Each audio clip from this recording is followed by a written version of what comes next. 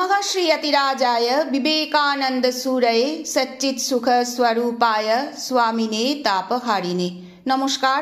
दिव्यत्रयীর অপার কৃপায় ভগিনী নিবেদিতা রচিত অমর গ্রন্থ the Master as I saw হিমের বঙ্গানুবাদ স্বামীজিকে যেরূপ দেখিয়াছি গ্রন্থ পাঠের ৩৮তম পর্বে আপনাদের স্বাগত জানাই। আমরা এই গ্রন্থের নবম পরিচ্ছেদ ক্ষীর ভবানী পাঠে ছিলাম। পৃষ্ঠা সংখ্যা ৮৮। সকল ব্যবস্থা হইয়া যাইবা মাত্র আমরা বারামুল্লা যাত্রা করিয়া ১১ই অক্টোবর মঙ্গলবার সন্ধ্যায় পৌঁছিলাম। পূর্বেই স্থির হয় যে তিনি পরদিন অপরাহ্নে লাহোর যাত্রা করিবেন এবং আমরা আরও কিছুদিন বারামুল্লায় অবস্থান করিব।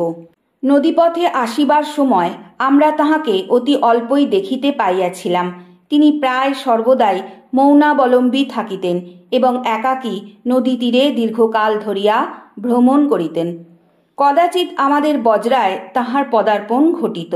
ভারত প্রত্যাবর্তনের পর দীর্ঘকাল ব্যাপী পরিশ্রমে তাহার স্বাস্থ্য একেবারে ভাঙ্গিয়া যায়। আবার সাম্প্রতিক মহান উপলব্ধির ফলে তাহার শারীরিক অবনতি তাহাকে এত দূর অবসন্ন করিয়া তোলে যে তিনি নিজে উহা তেমন বুঝিতে পারেন নাই। নির্দিষ্ট মাত্রা অতিক্রম করিলে যন্ত্রণার যেমন আর উপলব্ধি হয় না, তেমন শরীরও অনির্দিষ্ট কাল ধরিয়া মাত্রাতিরিক্ত আধ্যাত্মিক ভাবাবেগ ধারণে অসমর্থ হয়। বোধ হয় এই সকল কারণে আমাদের মনে হইতেছিল কে জানে কতদিনের জন্য আমরা তাহার নিকট বিদায় লইতেছি। আর সম্ভবত এই চিন্তা করিয়াই তিনি বুধবার প্রাতে জলযোগ শেষ হইয়া যাইবার পর আমাদের নিকট আগমন করেন এবং কথাবার্তা বলিবার জন্য থাকিয়া যান।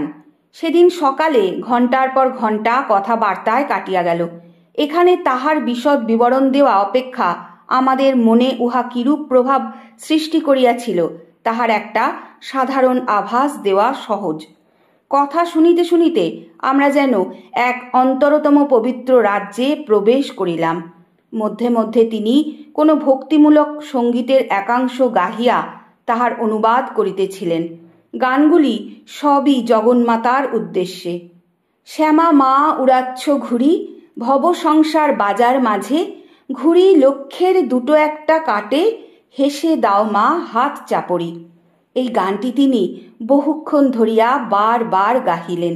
গানের সঙ্গে সঙ্গে সেই ভক্তজন চিত্তহারিণী শ্যামা মায়ের মূর্তি আমাদের মনে উজ্জ্বল হইয়া উঠিতে লাগিল। নিজের কবিতা হইতে তিনি আবৃত্তি করিলেন। দুঃখ রাশি জগতে ছড়ায়, নাচে তারা উন্মাদ তাণ্ডবে, মৃত্যুরূপা মামার আয়। করালি করাল তোর নাম, মৃত্যু তোর নিঃশ্বাসে প্রশ্বাসে, তোর ভীম চরণ নিক্ষেপ, প্রতিপদে ব্রহ্মাণ্ড বিনাশে। মাঝখানে তিনি থামিয়া বলিলেন, দেখেছি সব বর্ণে বর্ণে সত্য। সাহসে যে দুঃখ দৈন্য চায়, মৃত্যুরে যে বাঁধে বাহু পাশে, কাল নৃত্য করে উপভোগ, মাতৃরূপা তারই কাছে আসে। মা সত্য সত্যই তার কাছে আসেন। আমি নিজ জীবনে এটি প্রত্যক্ষ করেছি, কারণ আমি মৃত্যুকে সাক্ষাৎভাবে আলিঙ্গন করেছি। ভবিষ্যৎ সম্বন্ধে তিনি কথা বলিলেন গঙ্গা তীরে মৌনী কৌপিন মাত্রধারী পরিব্রাজক জীবন যাপন ছাড়া আর কোনো কামনা নেই। আর কিছুরই আমার প্রয়োজন নেই। স্বামীজি চিরদিনের মতো মরে গেছে। আমি কে যে জগৎকে শিক্ষা দেবার দায়িত্ব আমার বলে মনে করেছি? এ কেবল বৃথা আস্ফালন ও অহংকার। জগন্মাতার আমাকে কোনো প্রয়োজন নেই, আমারই জগন্মাতাকে প্রয়োজন। এই অবস্থা যিনি উপলব্ধি করেছেন তাঁর কাছে নিষ্কাম কর্ম মায়া ব্যতীত আর কিছু নয়। প্রেমই একমাত্র পথ। লোকে যদি আমাদের প্রতি অন্যায় করে থাকে, তাহলেও আমাদের তাদের ভালোবেসে যেতে হবে। অবশেষে তারা এই ভালোবাসায় বশ না হয়ে থাকতে পারবে না, এই আর কি। তথাপি এই কথাগুলি লিপিবদ্ধ করিতে গিয়া আমি বেশ বুঝিতেছি ইহারা যে বিশাল হৃদয়ের ভাষা, তাহার বিন্দুমাত্র আভাস আমি দিতে পারিব না।